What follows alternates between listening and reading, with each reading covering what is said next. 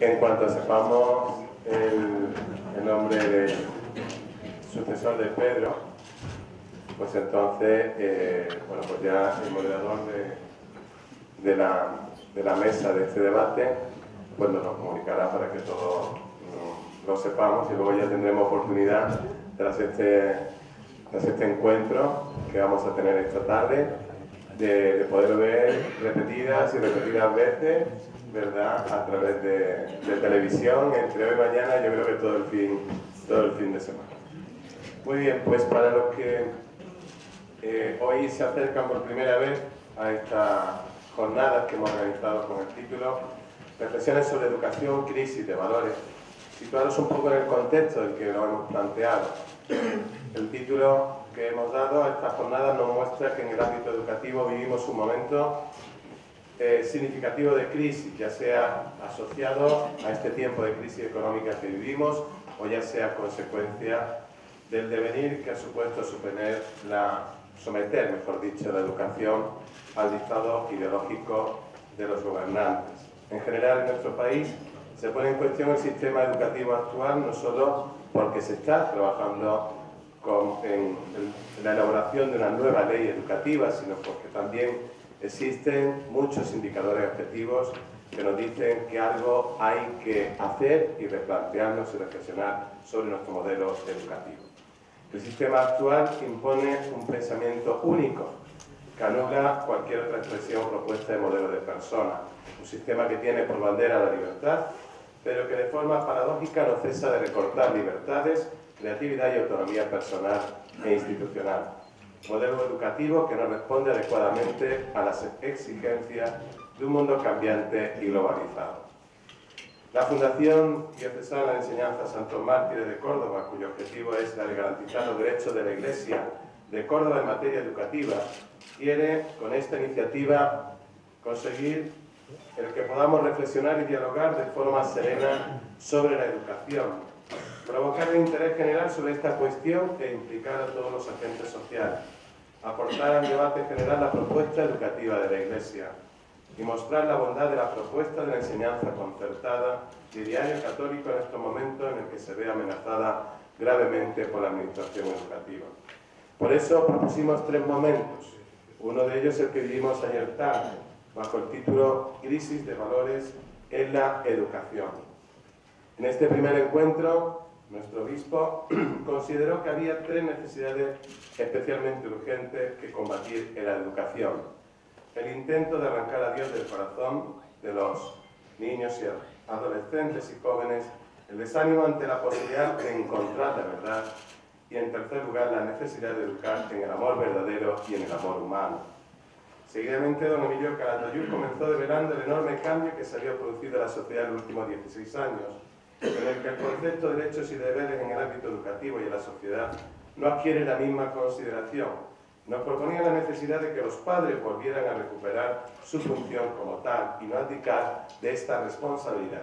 Igualmente, llamaba a la sociedad y a las administraciones e instituciones a llegar a un pacto por el menor que nos permita reconducir la situación. Para hoy, en esta segunda propuesta que la Fundación pretendía, bajo el título Abiertos al mundo, educamos para el mañana, quiere considerar, o que lleguemos toda a la consideración de que vivimos en un mundo globalizado e interconectado, que debería favorecer la justicia y el bien común. No obstante, aparecen nuevos modelos culturales, tribus cerradas sobre sí mismas y que resientan la distancia entre los grupos sociales. Los individuos viven en auténticos guetos virtuales donde la socialización nace con la ausencia del encuentro interpersonal. Emigración e inmigración, de la multiculturalidad a la interculturalidad.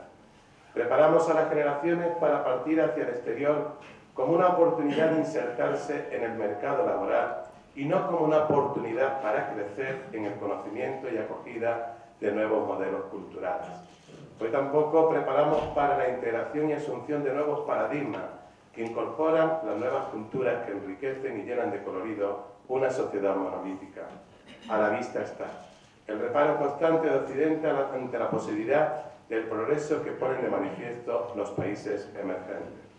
Educar hoy es hacer una llamada a la apertura a todo lo que es justo, verdadero y puro en las culturas y en las civilizaciones, a acoger los auténticos valores de la cultura de nuestro tiempo. Afirmaba el Papa Benedicto XVI en Caritas Veritatis, que la cooperación para el desarrollo no debe contemplar solamente la dimensión económica.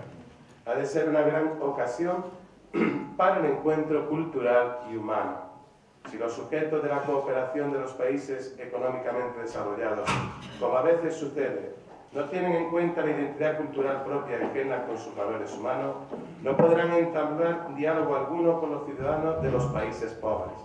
Y si esto, a su vez, se abren con indiferencia y sin discernimiento a cualquier propuesta cultural, no estarán en condiciones de asumir la responsabilidad de su auténtico desarrollo.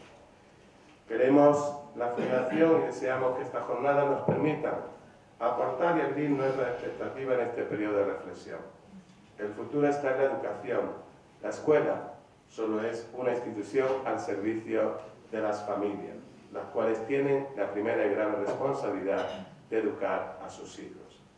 Finalizo dando las gracias a las entidades que con su patrocinio hacen posible la organización de estas jornadas. IRCO, de Edelvives, Anaya, Vistalegre, Educatia y SM. El esquema de esta segunda jornada, que cuenta con la presencia de doña Paula Farias y don Daniel Losada, y que modera don Luis Pérez Bustamante, director del Día de Córdoba, comenzarán con una intervención por ambos ponentes y todos nosotros tendremos la oportunidad de realizar todas las preguntas que deseemos. Para ello, todos tenéis en vuestras manos, os habrán entregado una tarjeta como esta, o varias de ellas, podéis pedir las que deseéis, y mientras que ellos hacen su exposición, pueden ir planteando su pregunta que les recogerán y se la harán llegar al moderador. Les animo porque la experiencia preciosa de ayer fue precisamente esa intervención, las preguntas, ¿no? Nos dio la oportunidad de profundizar en muchos aspectos educativos y que fueron bastante luminosos para nuestro quehacer diario. Muchas gracias a todos por vuestra presencia.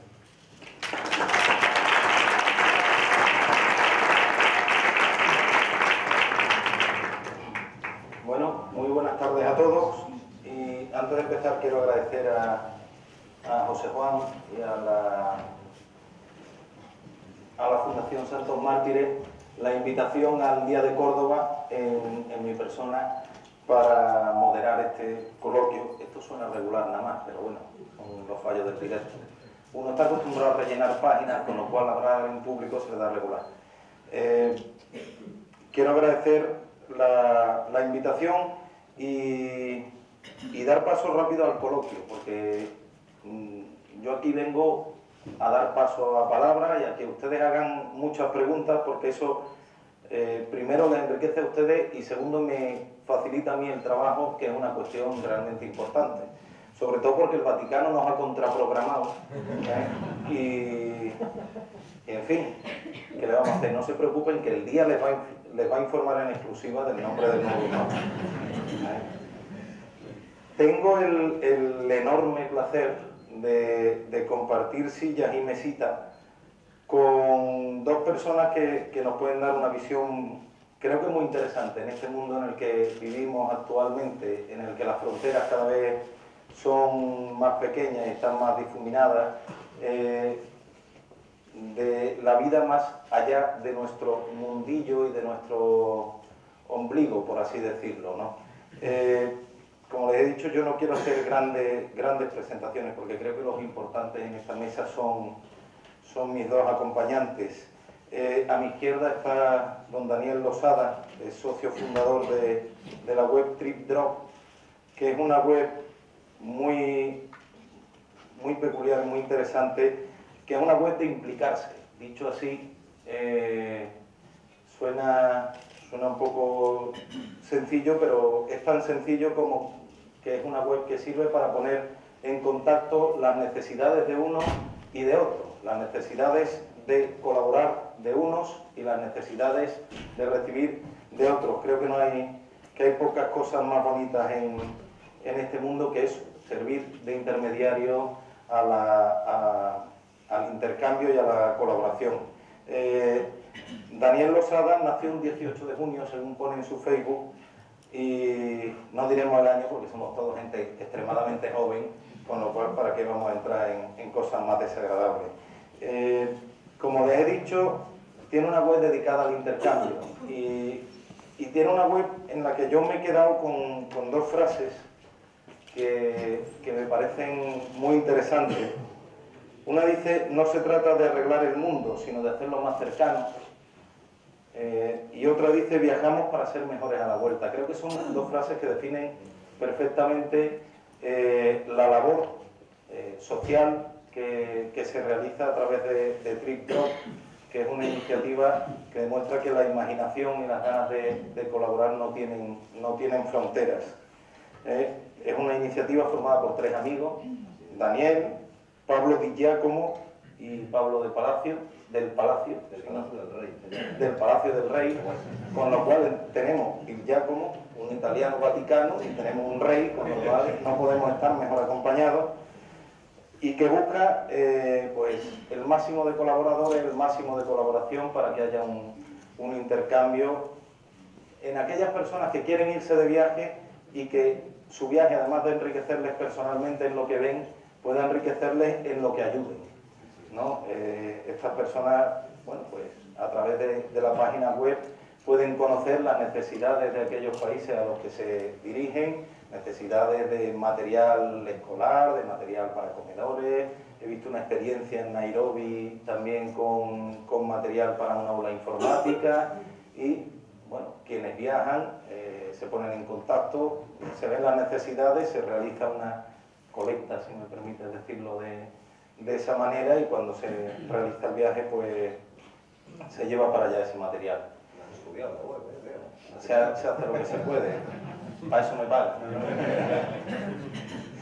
Bueno, y a mi derecha está Paula Farias, que en su currículum dice que ha sido presidenta de Médicos Sin Fronteras de 2006 a 2011, pero hay una cosa que a mí me ha gustado más, que es cuentista profesional, si no me equivoco, y que además viene de familia. Su padre escribe cuentos, ella también escribe cuentos, y creo que además con gran éxito de público y muy requerido, según he leído hace poco en un reportaje en el que sirvió de modelo para Sebastián Salgado, que, para el que no lo sepa, es uno de los fotógrafos, es una de las cumbres de la fotografía y del fotoperiodismo en el mundo actual. Paula ha sido presidenta de Médicos Sin Fronteras, anteriormente coordinadora de emergencia de Médicos Sin Fronteras entre 2000 y 2006, y anteriormente estuvo en Greenpeace, si no me equivoco, anteriormente. No entramos en cuándo. Con este currículum, pues bueno, coordinadora de emergencia en sitios tan fáciles para estar como Afganistán, Kosovo, Irak, Congo, Darfur, Irán, en el terremoto de Van. Como podrán ustedes comprender, pues ha visto unas cuantas cosas. Nuestra acompañante en la mesa, que es madre de 3 hijos. A Daniel no le he preguntado, porque no es madre, todavía. Esto es ponerse, cualquiera sabe. Y Paula actualmente trabaja en un proyecto sobre VIH y SIDA en Médicos Sin Fronteras. No sé si es un poco un reposo del guerrero después de tanto tiempo en la primera línea. Es que cuando nacieron mis niños me miraron con cara de terremoto, ¿no? Y dije, bueno, pues nos quedaremos aquí. Es lo que tiene. Yo, que tengo 3, también cambiamos el terremoto de por ahí por el terremoto casero. Ahora tengo en casa, que no es poca cosa. Bueno, como he dicho, no me voy a enrollar más, que uno no viene aquí a hablar de su libro. Quiero darle la palabra primero a Paula Farias y animarles desde luego a preguntar. Pregunten, porque preguntando es como se aprende y preguntando es como se conocen las cosas. No se vayan de aquí con las dudas, no esperen a que esto termine para coger a los ponentes en un ratillo. Pregunten, de verdad, que eso a todos nos enriquece muchísimo. Paula. ¿Me voy a poner de ti? Sí. ¿Te quiero hablar de ti? pondré a este lado porque si no el atril me tapa. Bueno, Abiertos al Mundo se llama la mesa de hoy, así que para empezar vamos a hablar un poquito del mundo. El mundo de hoy, yo creo que si hay algo que lo define es esta palabra de globalización, ¿no? Una palabra que ya cansa de tanto oírla mencionar, pero ¿qué es la globalización? Porque al final yo creo que no es más que hablar de mercados que cada vez son más comunes, hablar de flujos comerciales con mercancías que van y vienen y que cada vez entienden menos esa lógica, quizá poco lógica de las fronteras. Es hablar de flujos migratorios con gente que busca una vida mejor, que busca trabajo, gente que se escapa de algo a veces tan solo gente curiosa que quiere ver el mundo. Y por último, hablar de globalización es también una forma de hablar de medios de comunicación cada vez más presentes, cada vez más capaces de llegar a todas partes y cada vez más veloces. Así que al final yo creo que lo que resume globalización es que de alguna manera el mundo se ha hecho más pequeño, se ha hecho más abarcable en el tiempo y más abarcable en el espacio. Si pensamos un poco en el siglo XV, en los tiempos de Juana la Loca, pues por ejemplo esta mujer fue reina durante muchos días sin saberlo, porque pues hizo falta que alguien cabalgara durante días con la noticia de que su madre, la entonces reina de Castilla, la reina Isabel, pues había muerto. Así que Juana fue durante días una de las mujeres más poderosas de la tierra, del mundo de entonces, sin ser consciente de ello, ¿no? Bueno, los tiempos entonces se veían así y los espacios había que recorrerlos, cosa que hoy no ocurre. Hoy no hay que recorrer los espacios para que las noticias se avancen. Si hubiera pasado hoy, pues en esta aldea global y globalizada que es el mundo, no solo todo el mundo lo sabía inmediatamente, sino que puede que también lo supiera quien ni siquiera tenía que saberlo, ¿no? Lo sabrían los turcos, los mongoles, los chinos y un montón de gente que probablemente ni siquiera conociera la existencia ni siquiera del reino de Castilla. Hoy la información había saltado por encima del tiempo y por encima del espacio. Es que el mundo se ha hecho pequeño y se ha hecho accesible, pero ¿para qué? Porque, bueno, qué duda cabe que es bueno saber y cuanto más mejor, y así pues conseguimos que lo ajeno se acerque y a veces incluso lo hacemos propio. Y bueno, así somos capaces de indignarnos ante lo que pasa en Darfur, aunque puede que muchas veces ni siquiera seamos capaces de situar Darfur en el mapa. O podemos ver cómo el mundo árabe se enciende y se contagia como un reguero de una primavera de revoluciones que aún pues, no sabemos muy bien cómo acabarán. Y no solo podemos verlo, sino que puede que incluso nos alegremos, nos entristezcamos con estos acontecimientos, porque puede que tengamos vecinos o amigos o compañeros de clase de nuestros hijos que pertenecen a sus mundos y de esta manera pues hacemos más nuestro lo que está ocurriendo allí. Pero falta algo más, y es que son tantas las oportunidades y las riquezas que nos brinda esa posible interculturalidad que no estamos ni a mitad de camino. Esa posibilidad de enriquecerse con lo del otro todavía tiene que dar mucho más de sí. Y en lo que a nosotros nos concierne, yo creo que, curiosamente, lo más interesante no está tanto en el aprender cosas nuevas, como que también, pero yo creo que el ejercicio más interesante es un ejercicio de reaprender. Este cruce de culturas al que estamos expuestos debería ser aprovechado para reaprender de esas sociedades cosas que un día fueron nuestras, como es el valor de lo social, el valor de lo comunitario, del grupo, el entender el individuo no solo como parte no solo como un individuo, sino como parte de un todo a todos los niveles, empezando por el primero, el más cercano, el de la gente que nos rodea. Tenemos que aprender a querer vivir en un mundo en el que lo común, la comunidad, el grupo, está por encima del individuo. Y estos son valores que un día fueron nuestros también y que inexplicablemente los hemos perdido.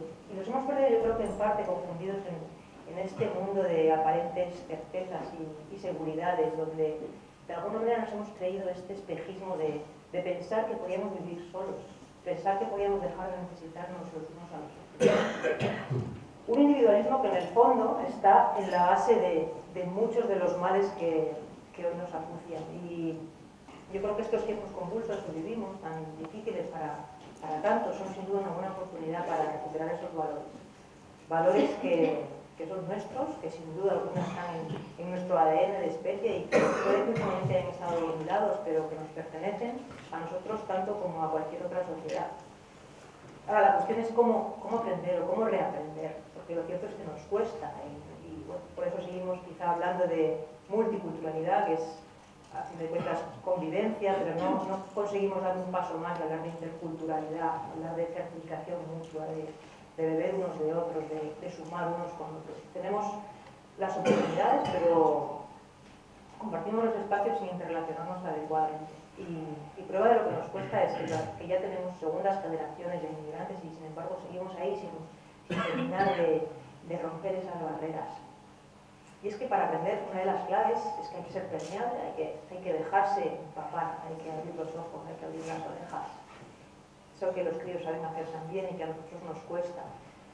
Y quizás sea ese exceso de individualismo lo que más nos esté pesando también a la hora de hacernos permeables. Así que, menuda pescadilla, ¿no?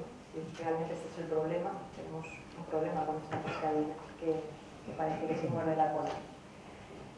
¿Cómo salir de ello? Bueno, está claro que sencillo no es, pero sin duda una de las claves es la educación. La educación de los críos, de unos y de otros. Cuando aún son pequeños están desnudos de prejuicios y de preconceptos. Y yo creo que todo pasa por esforzarnos en no inocularles el virus del miedo, el virus de la inseguridad, el enseñarles que lo nuestro puede que sea más interesante cuando es de todos, para que crezcan sin prejuicios y sin preconceptos y luego sean individuos capaces de construir en comunidad, que es lo que nos está faltando. Hay que enseñarles ese valor de la comunidad y esto pasa también por transmitirles la importancia de cada cual dentro de esa comunidad, el valor de los actos individuales, la capacidad infinita que tenemos cada cual de crear, de transformar, de inspirar, esa teoría tan bonita del aleteo de la mariposa que dice que todo acto tiene una repercusión o un impacto y que algo tan simple como un aleteo de mariposa aquí desencadena un movimiento que termina repercutiendo al otro lado del mundo. Una teoría que es casi un cuento y que lo que viene a decir es que todos contamos y todos somos capaces de generar transformaciones. Y el que los críos aprendan que el mundo lo forman las personas y no las entelequias y que por muy grande que sea una estructura o una institución o un organismo, estos no dejan de estar formados por individuos, por personas como ellos, y que aprendan que son personas como ellos los que toman las decisiones. Interiorizar esto, aprender que cada cual es capaz de generar transformaciones y que el mundo lo construimos entre todos, y aprender que cada cual tiene sentido en tanto en cuanto pertenece al grupo y que sin duda el mejor camino es sin duda el mejor camino hacia una sociedad más justa y más solidaria. Es el mejor camino para hacer del mundo un lugar, yo creo que un lugar mejor para vivir. Ahora, el cómo hacerlo, ya digo, es más complicado y a mí me gustaría compartir una experiencia en la que yo he estado involucrada recientemente. Es un proyecto de comunicación, de sensibilización y de educación en el que se combina ese sentido de comunidad del que hablaba antes con la importancia del individuo como fuerza transformadora, la importancia del 1+1, donde cada uno cuenta y cada uno es importante. Es un proyecto en el que se combinan herramientas de comunicación tradicionales con las herramientas de comunicación más propias de este mundo global en el que vivimos. Es un proyecto que tiene mucho de reinvención y mucho de reaprendizaje. Es un proyecto que tiene lugar en Zimbabue. Zimbabue es un lugar donde el SIDA sigue siendo una catástrofe humanitaria, a diferencia de Occidente, donde ya hemos perdido mucho el respeto y el miedo y ha dejado de ser una catástrofe. En la mayoría de los países africanos, entre ellos Zimbabue, el SIDA sigue siendo un drama internacional. Y ahí Médicos Sin Fronteras tiene un proyecto para tratamiento en el que, bueno, aparte de, por supuesto, diagnosticar y tratar a los pacientes, hay una parte muy importante de comunicación y de sensibilización en la que se trabajan distintas estrategias para pasar los mensajes de, primero, qué es el SIDA, cómo se contrae, cómo se previene y también y sobre todo lo importante que es que los pacientes se diagnostiquen, lo importante que es saber si estás infectado, lo importante que es tratarse y lo importante que es, si estás embarazada, hacerte una prueba, porque en caso de ser positivo, en caso de estar infectada, si te tratas, no sé si sabéis que una madre embarazada en tratamiento transmite el virus a su hijo en menos de un 1% de los casos, mientras que si no está en tratamiento va a ser un 40% de los casos los que van a nacer infectados. O sea que es una información crucial que tiene que llegar a todas partes. Y bueno, teníamos que buscar una estrategia de sensibilización para contar esto y la estrategia es esta.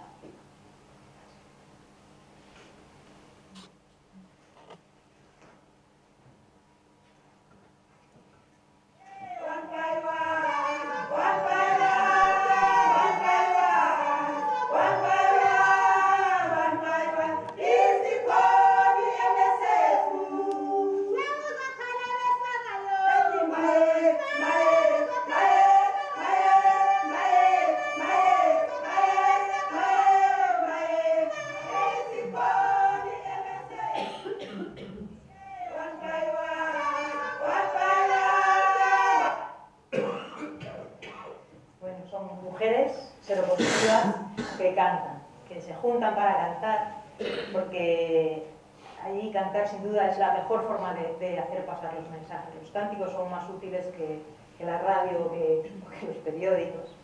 Llegan a todas partes, por remotos que sean los lugares, las canciones llegan. Y estas mujeres cantan, adaptan sus cánticos tradicionales con los mensajes que queríamos pasar sobre la enfermedad para contarle a otras mujeres su experiencia y animarlas a diagnosticarse y a tratarse, y para animar a las mujeres embarazadas a que se sumen a los programas, se diagnostiquen y se traten.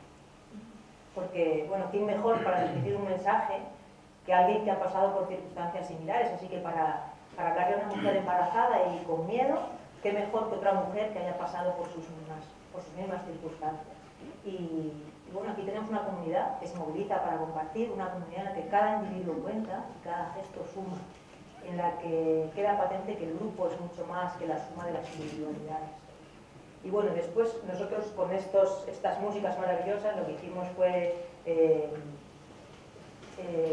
recurriendo a nuestras herramientas de mundo global, lo grabamos y lo combinamos con un montón de artistas internacionales y dimos lugar a una campaña de sensibilización y de comunicación a un nivel más internacional. Para tratar de repetir ese modelo de contar de aldea en aldea, de camino en camino africano, de pies sobre la tierra, y llevarnos a una dimensión más global, para explicarle así al público, a una audiencia más amplia, el drama y la lucha que se vive en África, y para transmitir esa fuerza tan inspiradora de las mujeres que luchan y para insistir en la necesidad de seguir aportando soluciones. Y bueno, esta es una forma, como tantas otras, de transmitir, es una forma de educar entre ellas, se educan unas a otras en este sentido. Reinventando algo que ya estaba, esos cánticos, ese sentido de comunidad, eso ya estaba ahí, simplemente lo han reinventado y lo han combinado con herramientas, y hemos combinado esas herramientas tradicionales con herramientas más modernas, más globales. Educar para el futuro requiere sin duda grandes dosis de inspiración, pero estas también sin duda pasan por no olvidarse de que el mundo hoy es un lugar más complejo, pero también un lugar más común, un lugar más de todos. Así que eduquemos a nuestros críos en ese sentimiento de comunidad y sin duda tendremos la mitad del camino hecho. Gracias.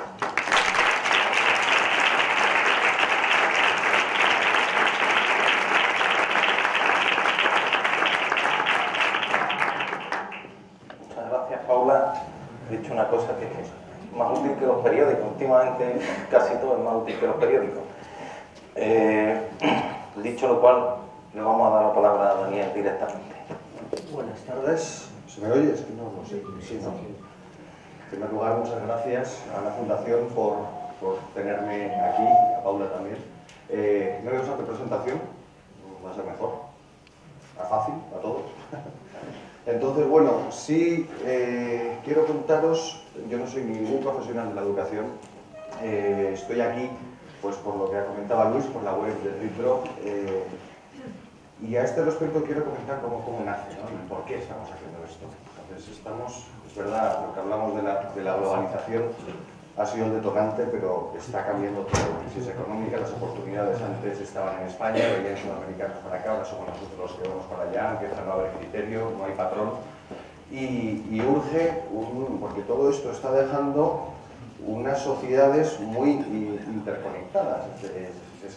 Por la mañana nos compramos el pan en los chinos, nos tomamos el café de Starbucks, descansamos en el sofá de Ikea, la atención al cliente en español es extrañísima, entonces estamos en ese punto ya. Esto no es que esté cambiando, es que ya ha cambiado.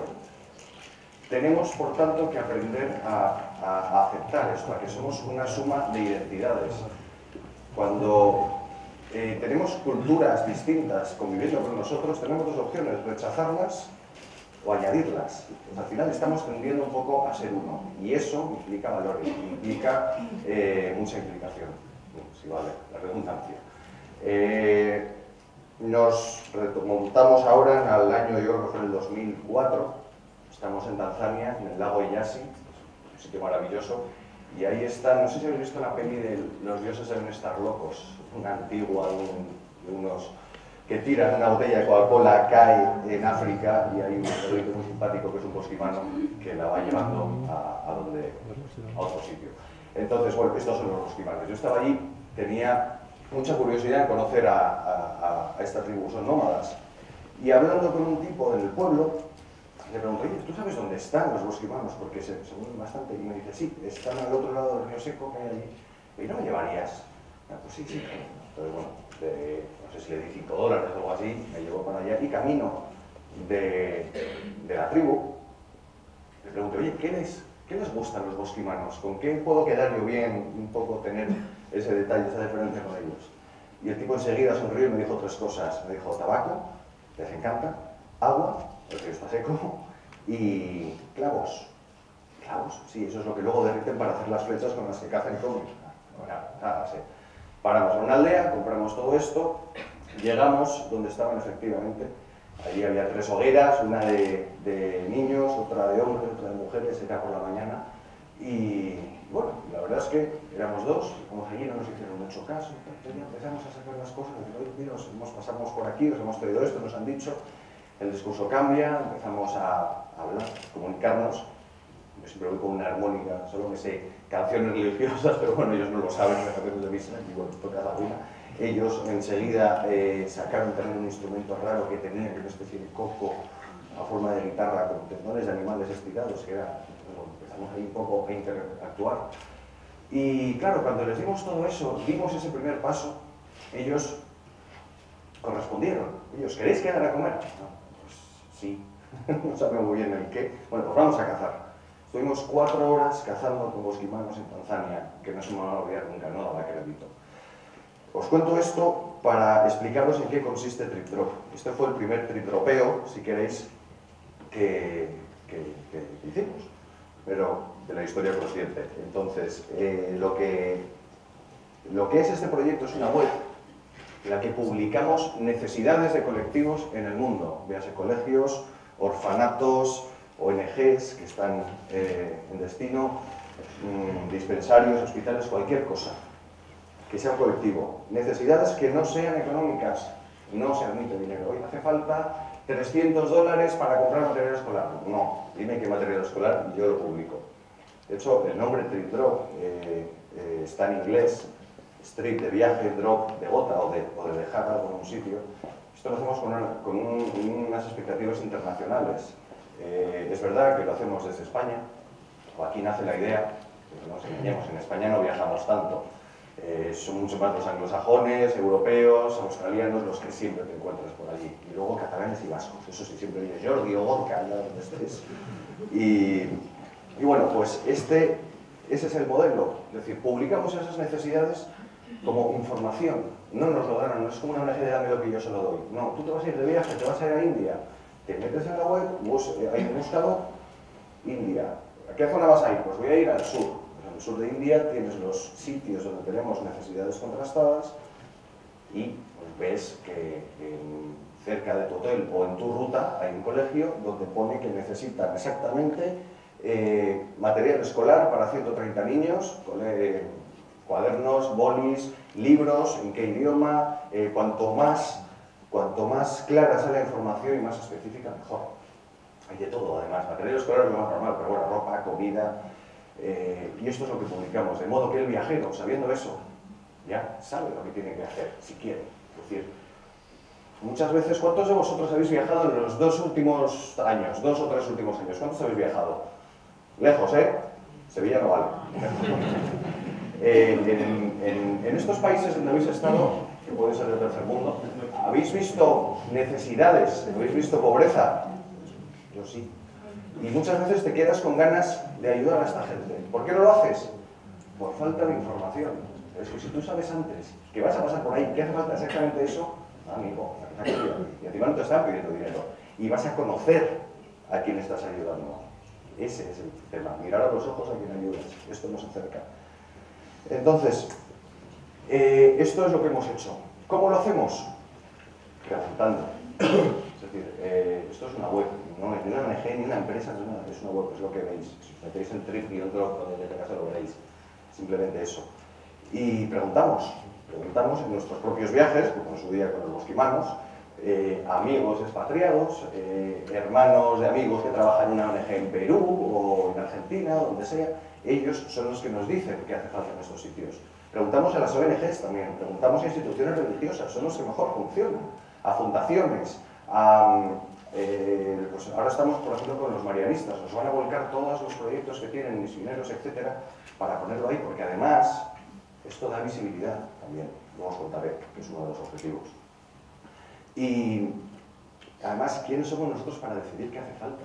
Hay que preguntar siempre, ¿no? Esta mentalidad del occidental, ¿no? Yo sé más que ellos porque tengo más dinero y ellos son pobres, muchas veces te llama mucho la atención lo que te piden. En Birmania, recuerdo, en el lago Indes, uno de los sitios más bonitos, además del sudeste asiático, cita obligada para todos los que pasan por allí, es el lago Indes, está entre dos cordilleras, es maravilloso.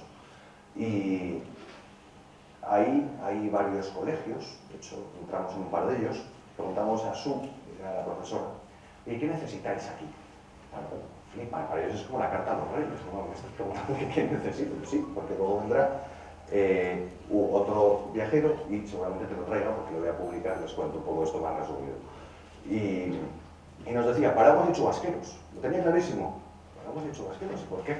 Pues porque en el Monzón, esto era un orfanato con 47 niñas, en el Monzón las niñas se empapan, acaban empapadas, tienen neumonías, eso se combate con un paraguas o con un chubasquero.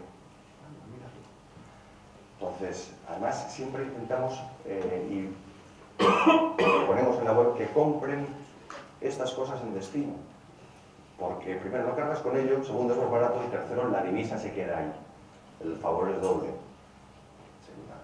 Pues a la virgencita del kiosco de al lado es donde compras los paraguas y luego los llevas para allá.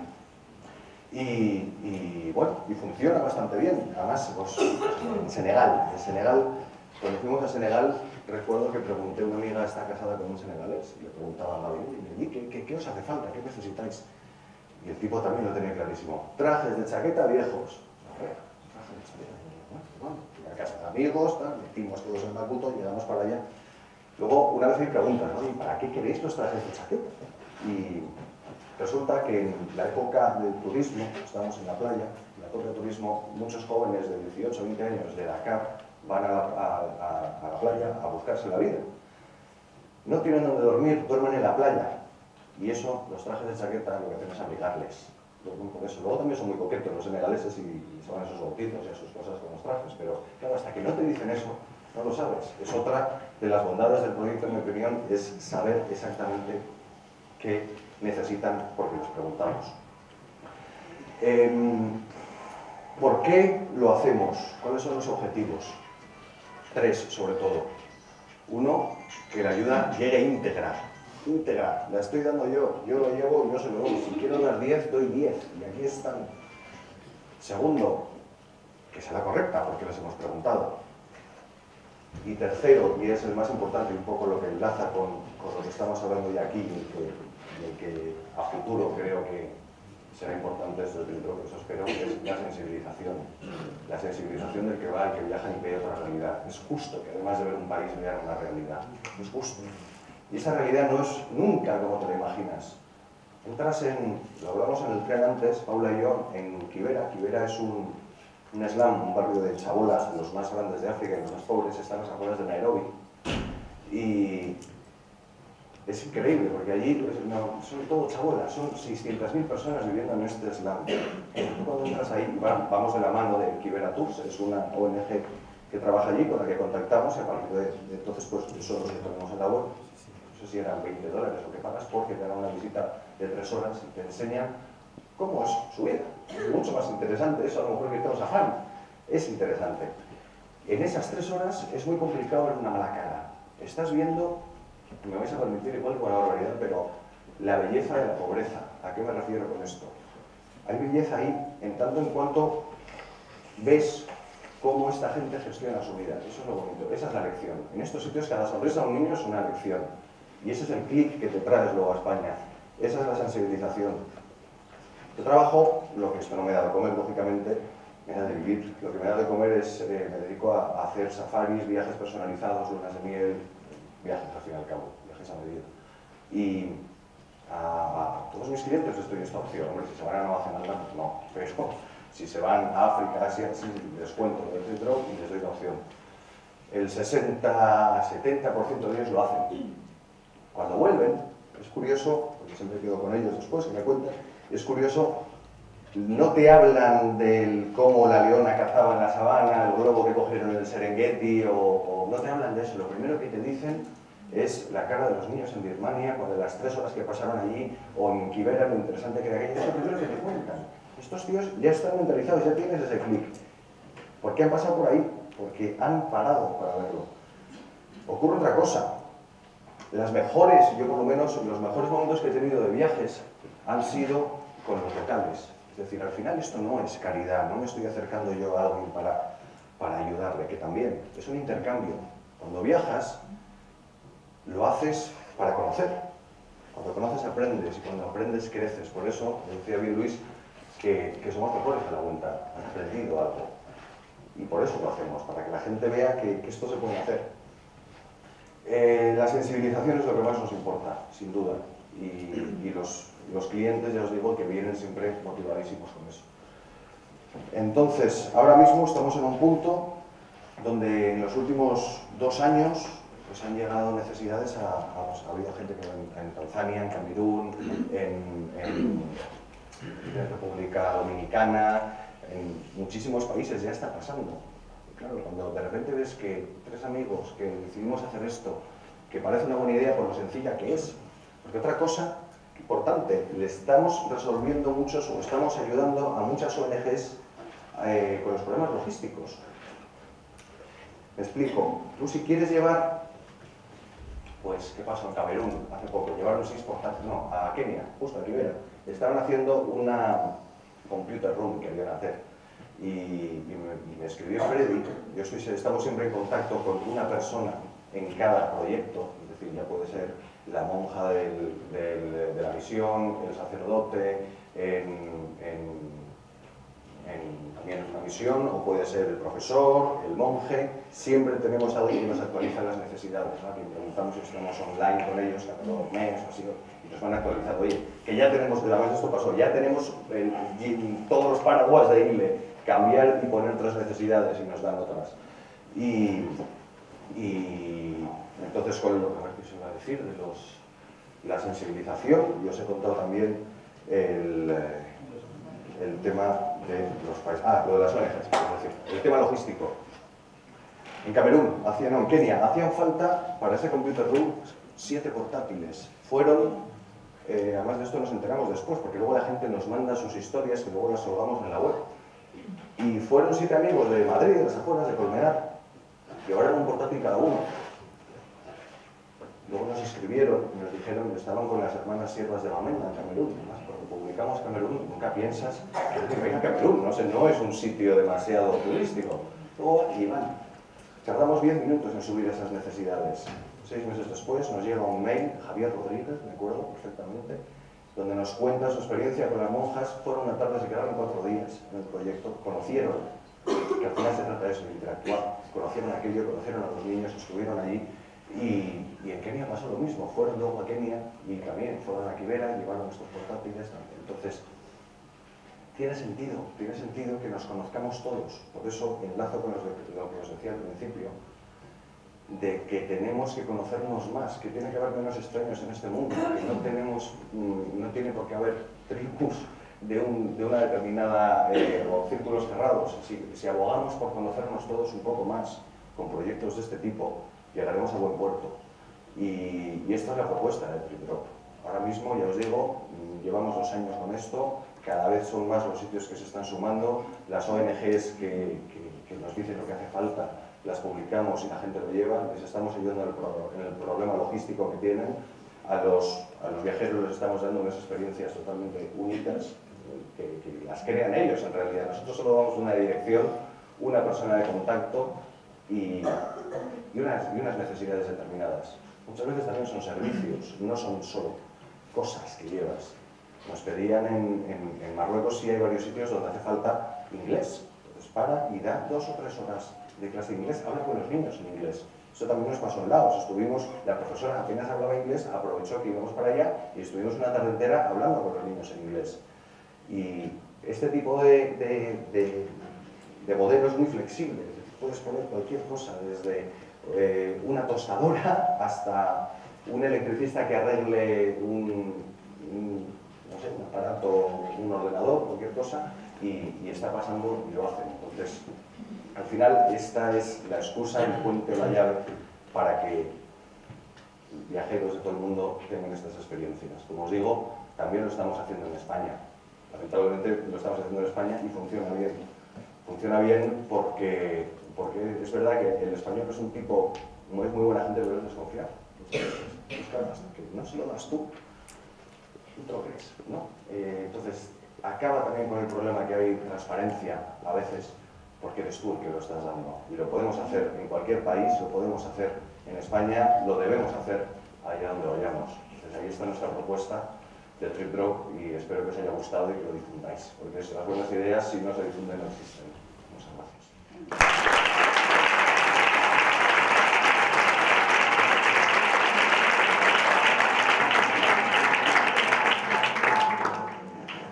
Bueno, muchas gracias a los dos. Y mientras estas dos amables jóvenes van trayéndonos las preguntas que he visto que se iban preparando, a mí me gustaría empezar con una pregunta que puede parecer muy simplona, pero bueno, visto lo visto por los dos, que habéis visto muchas cosas, y habéis contado ambos, ¿no?, lo que es la educación, que es un poco compartir y las carencias que hay en los sitios donde habéis estado. ¿Qué os parece cuando volvéis aquí los eternos y miles de debates que hay sobre la educación en este país? Es decir, habiendo estado en países en los que las necesidades son absolutamente todas y las carencias son absolutamente todas, luego viene uno aquí y acaba debatiendo sobre si los ordenadores tienen que tener 4 teclas o 3 teclados, o si tenemos que dar tales contenidos de tal asignatura o tales otros. ¿Con qué perspectiva se ve eso? A mí me llamó mucho la atención en Kenia, los Masái, estos altos que saltan tanto, cómo tienen organizado el tema de la educación. Ellos, es la propia tribu, toda la comunidad la que educa al individuo. Y ellos, por supuesto, tienen escuelas, bueno, esta pizarra con 2 o 3 mesas, y tienen horas lectivas, a lo mejor por 2 o 3 horas, pero no se acaba ahí. Ellos siguen aprendiendo todo el día. Cada uno le enseña lo que le compete. Unos a recolectar, otros a pastorear, otros a cazar, llegado el momento.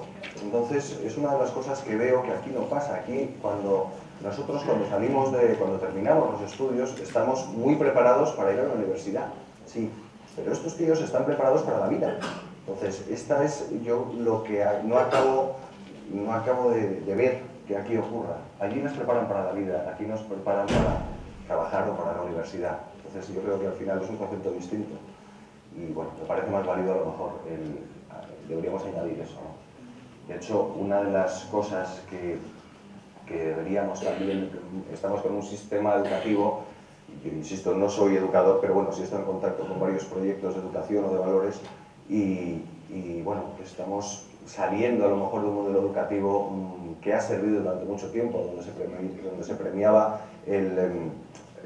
la eficacia, las notas, ¿no? Esa presión por las notas, por el resultado, esa obsesión por el resultado, que ahora igual no es tal. Ahora ya hay algunas primeras espadas de educación que están hablando ya más de la creatividad, de qué pasa con el aprendizaje.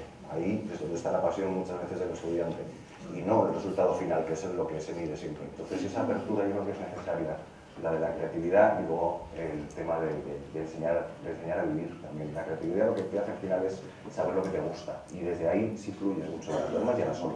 Pero si consigues saber lo que te gusta como una herramienta con la creatividad, igual tenemos que incidir más en ese tema.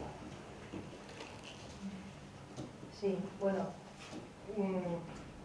a la pregunta, ¿no?, de el debate que hay aquí, bueno, yo creo que los debates te los puedes permitir cuando tienes cubiertas las necesidades, ¿no? El debate aquí sobre educación me parece que es perfectamente lícito porque tenemos cubierto un primer nivel, ¿no? En muchos lugares de África sobre todo, pero bueno, del mundo en desarrollo en general, la educación es un lujo. Yo he visto críos caminando horas cada día para ir a la escuela, 3 horas de ida, 3 horas de vuelta, con los zapatos al hombro, siempre, esto es una imagen muy africana, ¿no? Los 2 zapatos atados al hombro porque son para ir a la escuela, pero no para caminar hasta la escuela porque se te rompen, entonces llegan allí andando y cuando llegan se calzan para estar pues con esa dignidad africana tan maravillosa, ¿no? Que van impecables a pesar de vivir en unas condiciones tan difíciles, ¿no?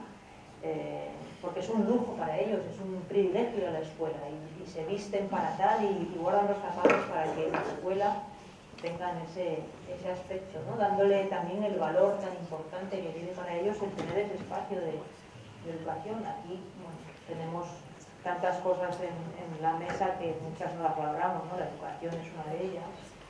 Pues tenemos cubiertas tantas necesidades que nos podemos permitir el debate, ¿no?, sobre el afinar en cada una de ellas. Está bien tener el debate, ¿no?, pero dándonos cuenta de la riqueza que tenemos en nosotros humanos.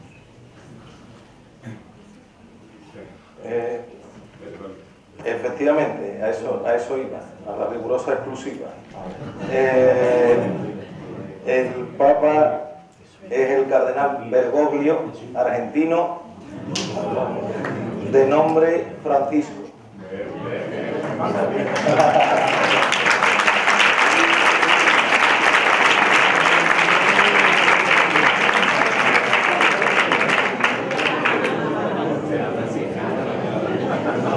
Nacido en Buenos Aires en 1936.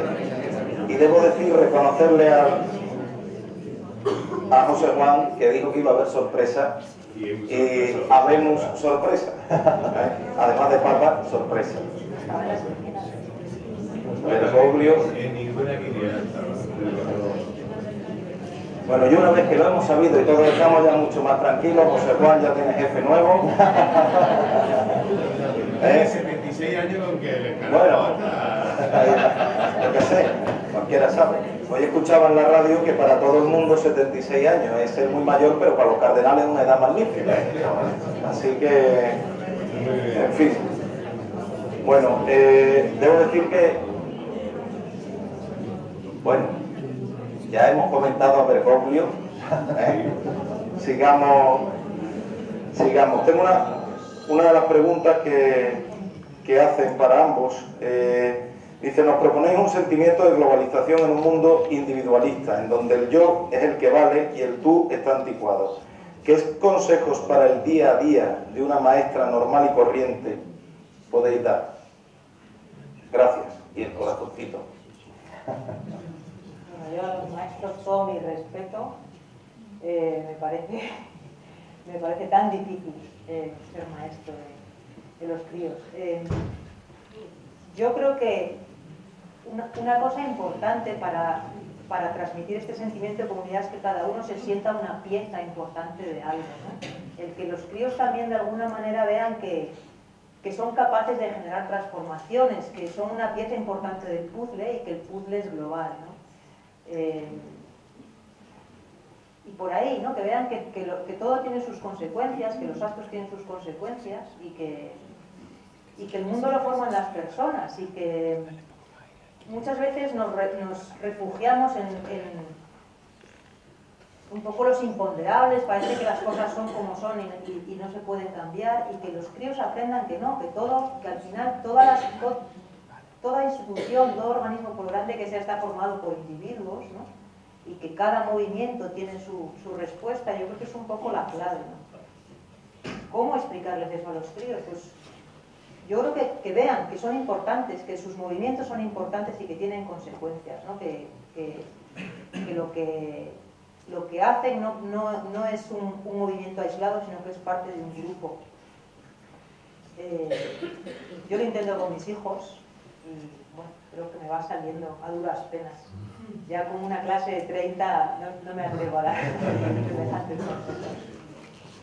Pues yo en mi caso totalmente segundo todo lo que dices y también todos mis respetos a todos los maestros que tienen todos un mérito bestial. Y sobre todo la experiencia, yo creo que es al final de lo que siempre se aprende de la experiencia. Me preguntaréis, ¿qué experiencias? Bueno, pues que vean lo que pasa, no hace falta viajar para ver lo que pasa y que hay otras realidades, acercarles a eso. Hay una fundación, se llama Lo que de verdad importa, es con la que tenía la suerte de trabajar bastante, en este caso como fotógrafo, pero en Navidad lo que hicieron fue llevarse a varios niños entre 10 y 12 años por Madrid con botes calientes de comida, con pan y bueno, ir por las zonas más deprimidas de Madrid asistiendo a los mendigos con mantas y que vieran lo que es eso y ser ellos los que le dieran esto, que conocieran esta realidad, que puede parecer un poco fuerte, pero la experiencia fue maravillosa. De hecho, lo hicieron al día siguiente y fueron el doble de niños y el feedback que ha habido luego es que venían contando a sus padres la experiencia. Estos niños habían aprendido muchísimo más ese día, a lo mejor que todo el año lectivo. Entonces creo que la experiencia es un grado, pero hay que fomentarla, porque ahí es cuando aprendes. Hay varias preguntas dirigidas a una a cada uno, pero yo creo que para ambos se podrían sintetizar en esta que dice: ¿no cree que la sociedad occidental lo que pretende es que todas las culturas sean como la nuestra, sin preocuparse de lo que es propio de cada una? Sí, de hecho es uno de los, lo decía antes, si no lo pensaba, pero vamos, el tema de la suma de identidades, ¿no? Que tenemos, hay que educar. Cuando yo veía el título, ¿no?, crisis de valores en la educación, el primero que me preguntaba es, bueno, ¿la educación a quién? ¿Al individuo o a la sociedad? Porque, señores, tenemos dos frentes ahora. La sociedad también, o sea, está todo cambiando demasiado rápido. De hecho, la brecha intergeneracional es mayor que nunca. Con lo cual, es una sociedad conectada la que tenemos. Los niños ahora mismo, el caldo de cultivo que tienen no es el que tuvimos nosotros, de nuestros padres, nuestro entorno, etc., ¿no? Y estamos todos conectados, con lo cual hay que cuidar mucho esto. Entonces, esto está muy bien, pero es tan bonito como delicado. Hay que hacer mucho hincapié en que no perdamos la identidad, en esa suma de identidades de la que hablábamos antes, que puede ser muy bonita, pero es muy delicada. Mientras todos seamos conscientes de que al final la sociedad a la que vamos y que esta cosa a la que estamos teniendo es una suma de identidades que en lugar de pisar enriquece las unas y las otras, nos respetamos, entonces está bien, pero eso es en lo que tenemos que incidir sobre todo, en la suma de identidades, creo. Sí, bueno, es verdad, ¿no?, que Occidente tiende mucho a imponer su modelo como el bueno, ¿no? Pero al final un poco lo que decía yo antes, esta idea de que los valores importantes son comunes, ¿no? Los matices cambian, pero la gente, donde el individuo es quien es y donde la comunidad es importante, eso es transversal, eso lo hemos tenido nosotros en otro momento y lo hemos perdido. Es común, es una cuestión de ADN de especie, los valores están ahí, da igual a qué sociedad estén representados, ¿no? Es más la parte más, no digo superficial, pero bueno, la parte más de complemento la que varía, ¿no? El individuo, lo que hace de verdad al ser humano parte del grupo, eso es, yo creo que eso. Al final todos es la esencia, ¿no? Aquí otra pregunta que dice, desde vuestra experiencia, ¿qué se puede hacer para que Occidente supere el miedo a la aceptación de nuevas realidades culturales? A lo que yo le añadiría, ¿está el sistema educativo actual, consideráis, preparado para asumir, no diría integrar, pero sí asumir la llegada cada vez mayor de alumnos de diferentes razas, incluso de diferentes religiones? Yo ahí no me atrevería a contestar, yo no conozco bien el sistema educativo, conozco el que me toca de cerca. Es un reto el darle espacio a todo eso y es verdad que es un problema también logístico tremendo, ¿no? Cuando tienes una clase con una integración muy grande, pues cómo le das la atención a cada acción que necesita, ¿no? Pero bueno, ahí está, tenemos que... Y además en los críos es donde probablemente sea más posible el hacer ese cruce de culturas, ¿no? Y que no sea simplemente el convivir unos con otros, sino el fertilizarse mutuamente y el crecer interrelacionados, que es el gran reto, ¿no? El dejar de hablar de esta multiculturalidad para hablar de la interculturalidad, que es parte de lo que hablábamos al principio, ¿no? Ese es el reto, el que dejemos de hablar de integración porque estemos nutridos unos de otros. Porque los primeros que tenemos que hacer eso somos nosotros, ¿no? Al final los niños hacen lo que ven en casa. Si nosotros no estamos convencidos de eso, ellos no lo estarán. Entonces no es tanto el sistema educativo, que tampoco soy, como os decía, ningún experto en ello, pero sí el sentido común me dice que los primeros que tenemos que aceptar eso y alegrarnos de que pase somos nosotros. Entonces ellos verán que eso está bien y al final hacen lo que ven en casa siempre. Entonces miremos primero dentro de nosotros y estamos en línea con lo que se exige de nosotros como sociedad y como individuos, que lo demás llegará, yo creo. Pregunta si no pensáis que en la sociedad cada vez más egoísta e individualista en la que vivimos corremos el riesgo de fomentar una errónea cooperación internacional más como marketing social para conseguir otro tipo de beneficios que como trabajo de cooperación para transformar el mundo. Hombre, la cooperación internacional no son nuevas noticias, que tiene una agenda clara, ¿no? Dependiendo de quién financia qué, pues hay una agenda detrás, que no quiere decir que sea una agenda oculta, pero pues determinados países tienen determinados intereses comerciales, estratégicos, políticos en determinadas zonas, y esas zonas pues se priorizan frente a otras, ¿no? Y luego está la acción humanitaria independiente, que son pues, muchas de las ONGs que no tienen financiación institucional, que definen sus actuaciones en función exclusivamente de las necesidades detectadas, ¿no? Por eso es tan importante la independencia financiera en las organizaciones, ¿no? Para que no dependan de agendas políticas de instituciones, que no es que sean de por sí malas las agendas, pero están ahí y de alguna manera sesgan la ayuda hacia las zonas que priorizan, que no tienen por qué ser las zonas más necesitadas, ¿no? Eso no es una novedad, es como está organizada la cooperación.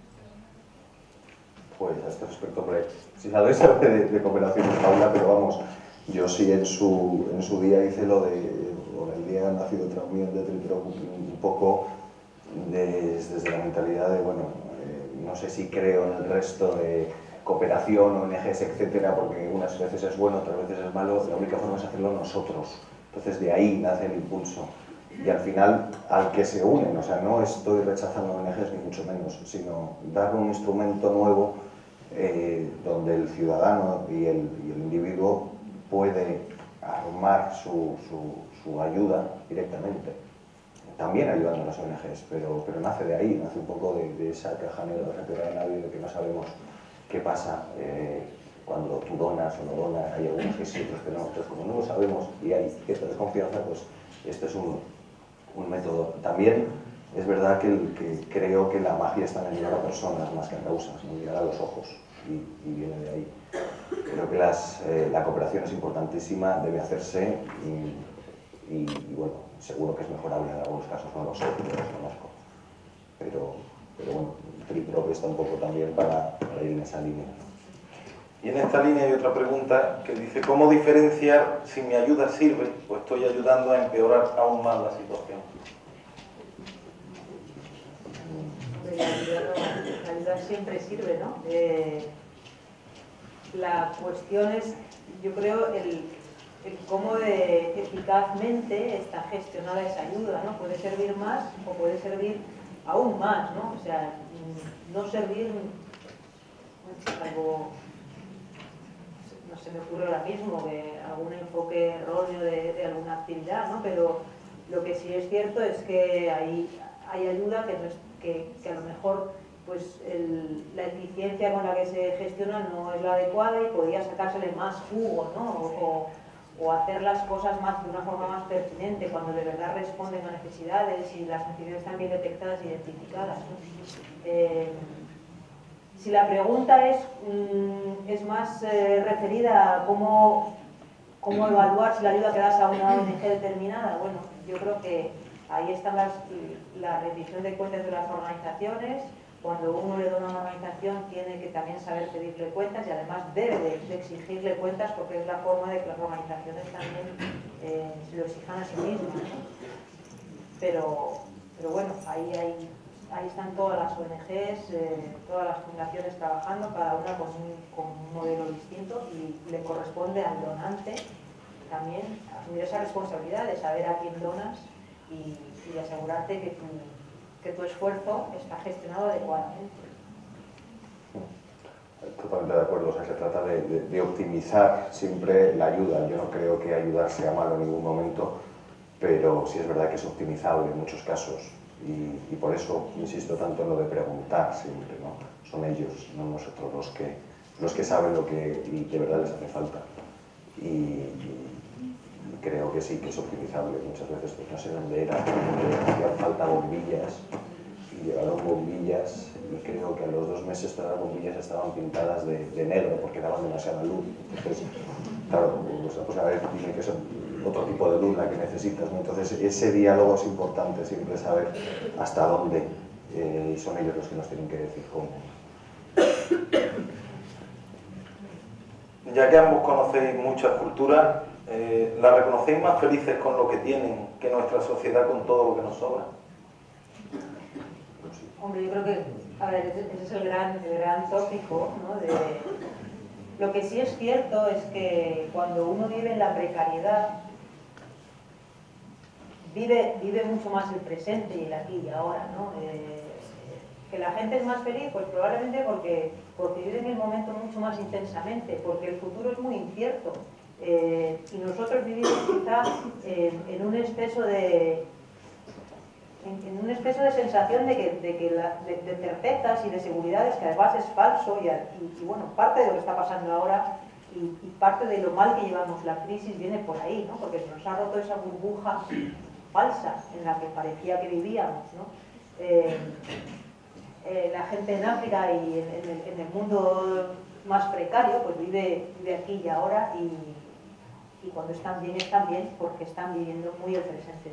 El futuro es muy incierto, no saben lo que va a pasar mañana, y no es una frase, es que no lo saben, es que no saben si van a poder comer mañana o no, o dónde vamos a estar, ¿no? Entonces, pues encuentras muchos extremos, ¿no? Cuando estás en una guerra, en las guerras pues se viven probablemente las situaciones más dramáticas, pero también las situaciones más vivas. Al estar la muerte cerca, también la vida tiene más brillo, ¿no? Nosotros vivimos en un mundo más de claroscuros, de grises, ¿no? El mundo más precario también es más brillante, es verdad, es duro y es hermoso, y ese contraste está ahí, porque la muerte también está ahí, la incertidumbre está ahí, y la pobreza está ahí a la puerta dando golpes en la puerta. Entonces es todo mucho más intenso y la vida se paladea mucho más. De hecho, ahí es curioso, en África hay muy pocos o apenas ningún psicoanalista o psiquiatras, apenas hay, porque no saben qué van a cenar. Entonces, ¿cómo van a pensar luego en...? Es un lujo que tenemos en Occidente, preocuparnos. Una vez que tenemos resueltas nuestras necesidades primarias, ya te ponen a pensar en si eres feliz o no, y es cuando entran estos tipos, pero no hay. Entonces, totalmente de acuerdo con lo que dice Paula, ¿no? Que la vida y la muerte están muy cerca, y es verdad que eso les hace sentirse más vivos, y es lo que ves muchas veces en la sonrisa de los niños. La vida en África tiene otro valor distinto, cuentan con ella. O sea, cuentan con la muerte, cuentan con la vida, saben que es algo, está dimensionado de otra forma, todo, hasta el tiempo. Allí preguntas cuánto tardas en llegar a ese sitio y pues, ¿cuánto tarda en llegar al muelle? Jamás te van a decir 10 minutos o 15, porque ellos van andando, entran en casa de uno, en casa de otro. Ahora si les dices a cuánto estás, dicen a 2 millas. Pero el tiempo, lo dicen bastante allí, ¿no? En Europa tenéis relojes, nosotros tenemos tiempo. Y es verdad, y en algunos autobuses en Senegal te pasa que el autobús no se va hasta que está lleno. Entonces, es curioso cómo tienen todo dimensionado, pero es verdad que la vida se vive de otra forma, la vida y la muerte. Entonces, no hay psicoanalistas. Esto es lo que me llamó la atención, como lo dijeron allí, no hay psiquiatras. Eso es que no hay argentinos por ahí. Bueno, a lo mejor, es verdad. Habéis hablado mucho de valores y de la pérdida de los mismos, y en esta última pregunta habéis estado comentando sobre ello, pero preguntan, ¿cuál de ellos consideráis más importante haber perdido en nuestra sociedad? Yo creo que la sensación de comunidad, además lo hemos perdido recientemente, hace 50 años, la gente se necesitaba unos a otros, ¿no? Antes estábamos comentando ahí fuera, ahora no sabes ni cómo se llama tu vecino. Eso en África es impensable, o sea, necesitas a la sociedad, necesitas ser parte de algo, si no puedes sobrevivir. Entonces es una cuestión de supervivencia el ser parte de algo más. Y bueno, es que es una riqueza tan tremenda la que se pierde al perder la comunidad, que yo creo que es un drama, y además es que lo teníamos. Nosotros éramos una sociedad. Todavía en los pueblos se sigue de alguna manera, ¿no? Pero nos hemos creído ese espejismo de que podíamos solos, y no, solos no vamos a ningún lado. Es un error. Pero además en las ciudades grandes la gente está mucho más sola. Luego estás en un pueblo y todo el mundo se saluda, te saludas a alguien en la Gran Vía y te miran mal. Entonces, como, qué pena, ¿no? Es verdad, eso se echa de menos. Y otro valor también importante, yo creo que se echa de menos mucho, es la empatía, ¿no? Ponerte en los zapatos del otro, siempre, allá donde vayas, aquí, allí. O sea, pues la empatía es, yo creo que la forma de inteligencia más primitiva y la más útil, porque desde ahí emana todo, la solidaridad, de donde viene el entender que el otro necesita. Todos estos valores al final emanan de la empatía. Yo creo que es un poco el valor que arma a todos los demás. Eso es importante.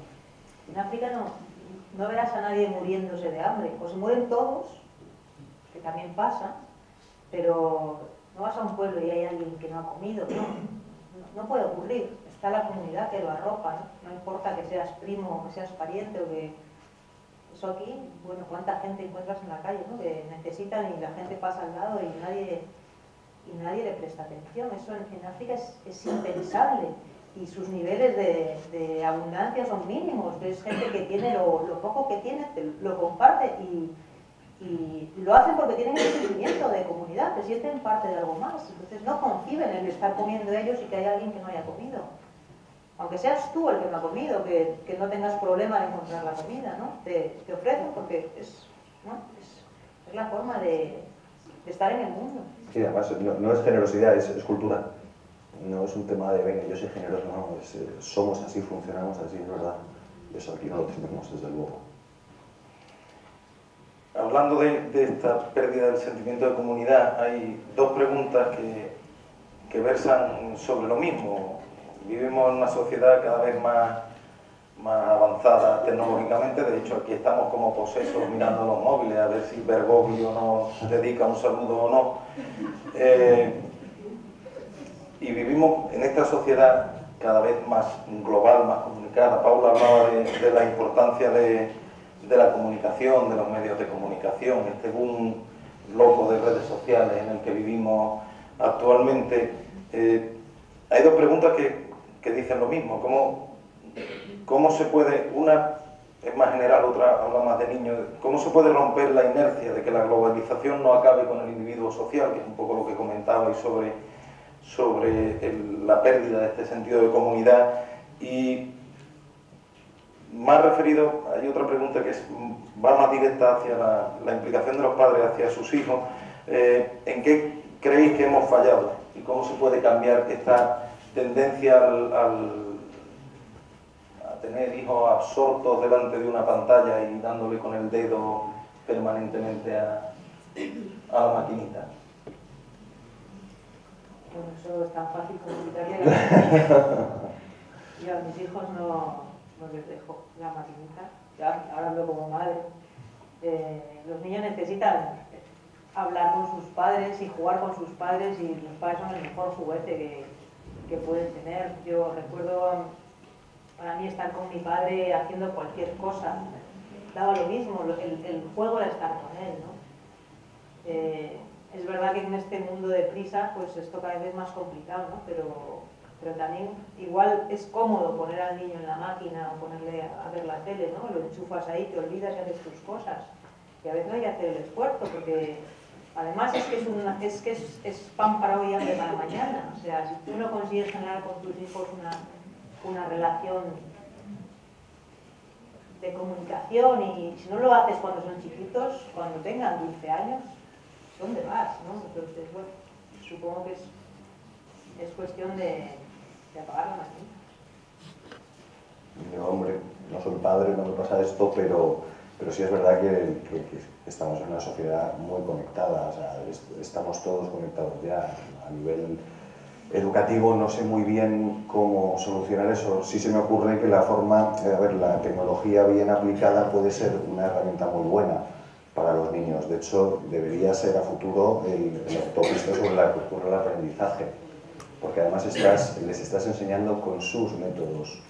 Entonces, estás acercando el aprendizaje a los niños. Entonces, si estás hablando sobre el mismo lenguaje, va a ser más fácil. Si conseguimos utilizar esta tecnología, que haya ordenadores, iPads en las clases y con métodos de enseñanza válidos, puede ser bueno, ojo.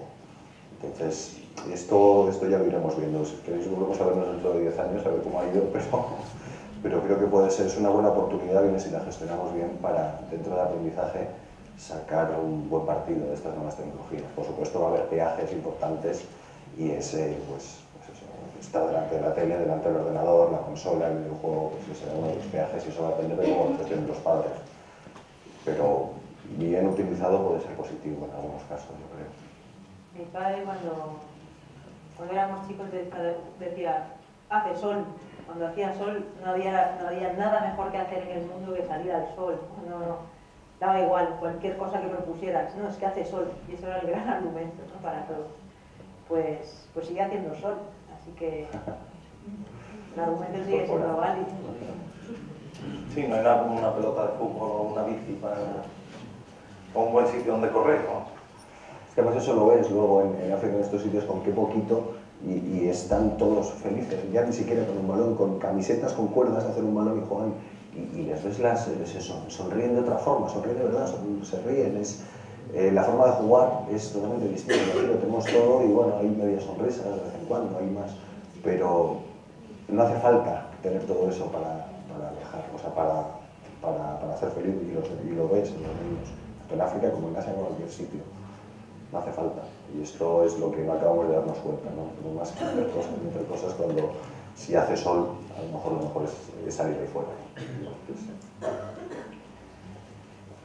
Preguntan qué debemos hacer para que nuestros hijos puedan estar más abiertos al mundo y entender la interculturalidad. Viajar, llevártelos de viaje desde el minuto uno, ¿no? Lo antes posible, pero que lo vean. Sí, bueno, yo creo que esto es también con todo lo que está pasando con la globalización. Yo no sé si otro día leía que casi el 15% de los estudiantes ya tienen padres extranjeros. Van a crecer también viendo esto, ya tienen en clase 15, cada 100 va a haber 15 que no sean españoles, entonces ya desde pequeños están viendo esto. Creo que lo van a hacer hasta más fácil. No sé, espero. Sí, es verdad, ya están mezclados, ¿no? Lo que podemos hacer es, los niños aprenden de lo que ven y nuestra actitud también ante lo que no es igual, pues es tremendamente importante, ¿no? El que nos vean permeables a nosotros y curiosos y con las orejas abiertas, pues probablemente los haga ellos también igualmente permeables y curiosos. Y tienen ahí las herramientas porque bueno, ya están en clase, en el patio, en el parque, rodeados de gente de otros sitios, ¿no? Lo tienen fácil. Viene al caso una pregunta de alguien que está muy rápida, que es la última que acaba de llegar, y dice que en educación no se transmite lo que se vive, lo que no se vive o cree, y hasta los libros de texto diferencian mundos, culturas, etnias. No es crisis solo de valores educativos, una crisis de sistema, y eso ha traído crisis de hombres y familias. ¿Qué opináis sobre esto y qué paso debemos dar primero los adultos?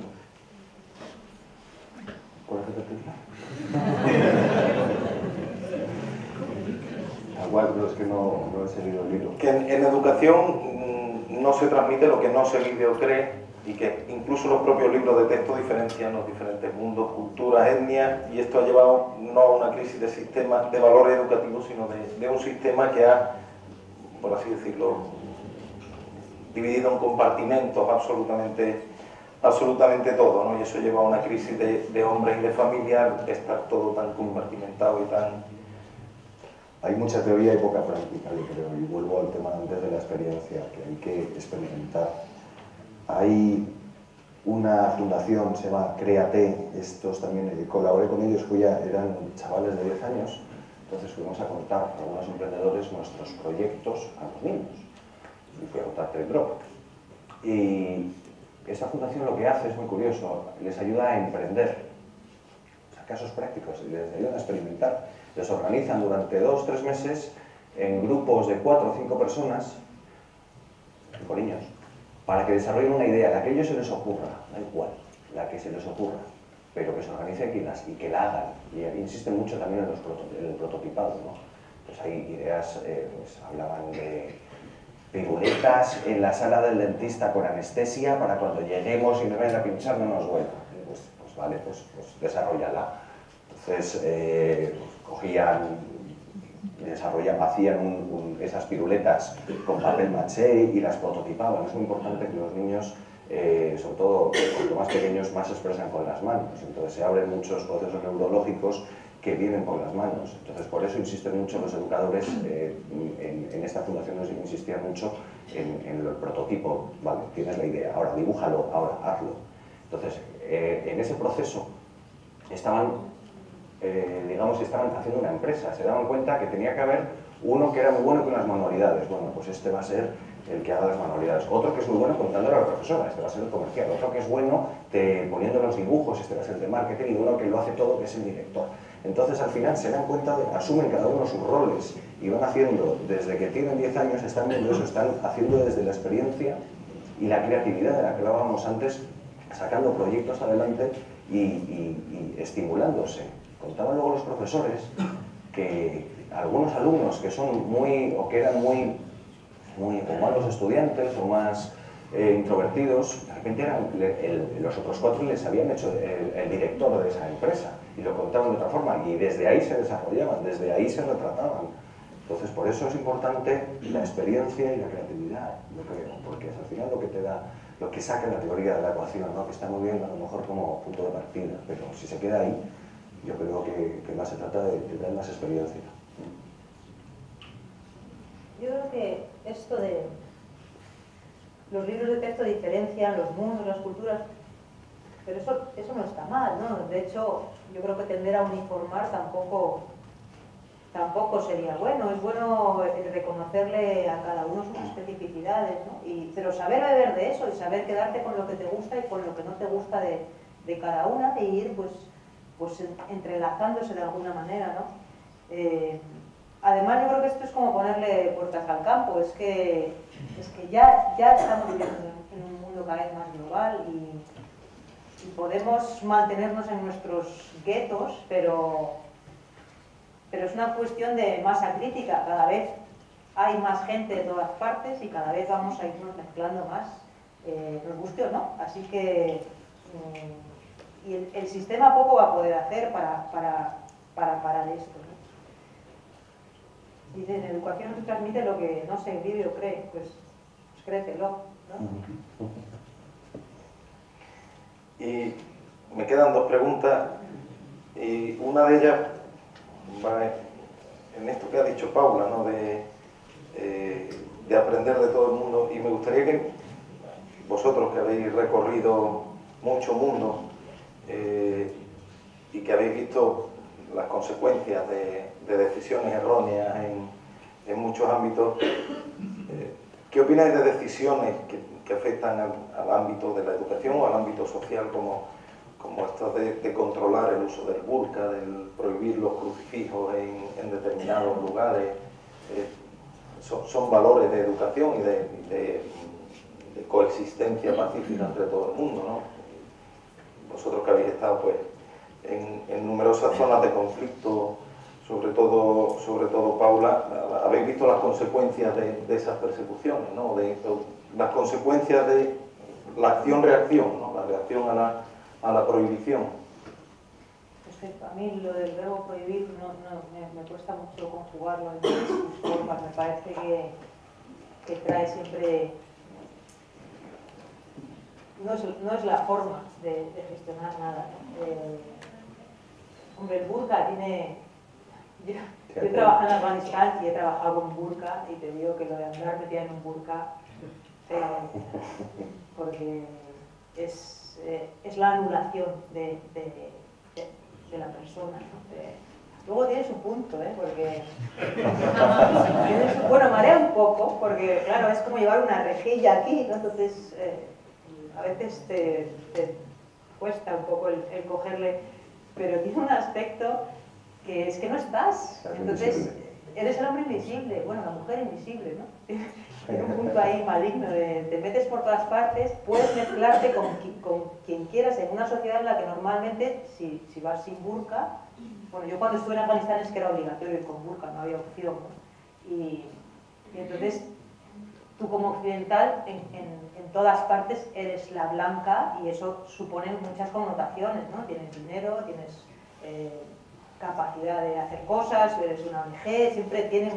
Sin embargo, en Afganistán, cuando vas con el burka, pues no estabas, ¿no? Y tenía un punto perverso, de me meto por todas partes y me entero de lo que no se entera nadie porque puedo hacer lo que no hacen los chicos, porque los chicos, claro, estaban marcados, ¿no? Y nosotras pues nos metíamos. Pero bueno, el burka es que es la anulación de la persona, ¿no? Es tremendo.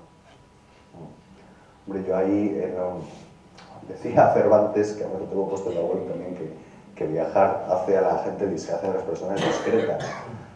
Y es verdad, es decir, cuando vas viendo, además viajar ubica mucho, ubica en el sentido de que vas aceptando otras realidades. Tú cuando sales crees que la mejor es la tuya, eres el más listo, ¿no? Y luego estás viendo que hay realidades tan válidas como la tuya que ocurren y en cualquier sitio del mundo, y te das dando cuenta que no eres nadie para opinar sobre eso, que ellos tienen su cultura, su casuística, su realidad. Te puede parecer bien o te puede parecer mal, pero no debes opinar, no debes imponer. Puedes tener tu opinión, pero te la guardas un poco. Yo creo que es verdad que hay cosas que te llaman muchísimo la atención y igual no estás de acuerdo, pero aprendes más a estar de acuerdo que a ponerlas en evidencia. Yo creo que es algo que debemos hacer, es bastante sano y nos va a ayudar bastante en todo este circo de la globalización en el que estamos. Empatizar, ¿no? Lo que decíamos antes. Pues no somos quien para decidir si su cultura está bien o está mal, ¿no? Yo creo que hay que ser tolerante con todo y prohibir no es el camino para nada. Bueno, me queda una última pregunta que es para Paula, no es nada personal, pero es una cuestión básica, que es que ella es madre y tú no. Entonces, preguntan cómo puedes compaginar todas estas actividades con tu vida familiar. Bueno, yo estuve trabajando en emergencias hasta que me quedé embarazada en la guerra de Darfur y ya pues volví a España y luego he seguido haciendo salidas cortitas, pero ya no trabajo en emergencias como antes, ya no, pues igual como mucho estoy 2 semanas fuera, pero normalmente y a las guerras ya no voy, por ejemplo, ya no hago actividades de alto riesgo, digamos, como antes, pues ya no las hago porque pues, yo soy madre y eso es lo que soy. Cuando me defino, ¿y tú qué eres? Bueno, yo lo primero es que soy madre y luego todo lo demás, ¿no? El mundo pivota ahora en torno a otra cosa, que son mis 3 enanos y yo pues estoy un poco a disposición, ¿no? Entonces, yo creo que en eso consiste el ser madre, ¿no? Que dejas de ser el centro del universo y hay unos bichitos que se cuelan ahí y se convierten en el centro. Y bueno, ya a las guerras no voy. De hecho, cuando mi hijo Mateo, de hecho, el embarazo lo pasé en la guerra y cuando nació yo le dije a su padre, yo creo que me está mirando con cara de a la guerra, ¿no? Y bueno, seguí el instinto y ahí me quedé, me he vuelto a la guerra. Bueno, pues muchísimas gracias a nuestros 2 ponentes, al público tremendamente activo recordad que siempre os quedaréis con esta ponencia por el valor. Yo creo que ha sido muy interesante. Creo que los valores que se han transmitido de que hay que convivir en el mundo, que somos gente muy diferente, cada uno de nuestro padre y nuestra madre, nuestra religión, nuestro color, nuestra raza, pero al fin y al cabo seres humanos, que creo que es lo más importante y que es lo que todos tenemos que tener en mente, que somos seres humanos y que no hay nada más sagrado que un ser humano y su vida. Y creo que eso ha quedado muy claro en esta charla, que además os va a quedar grabada porque es una charla que vais a tener el recuerdo, porque ha sido la charla durante la cual Francisco I fue elegido papa, el primer papa jesuita, lo cual ya dará la coña de que la previsión, la profecía, el Papa Negro y todo lo demás, que decía que el Papa Negro iba a ser el último. Como sabéis, los jesuitas eran los negros en sus tiempos, en tiempo de la profecía. Nadie pensaba que un africano pudiese ser papa. Así que se os quedará para el recuerdo. Mañana cerrarán estas jornadas don Inocencio Arias y don Amando de Miguel para hablar sobre valores versus economía.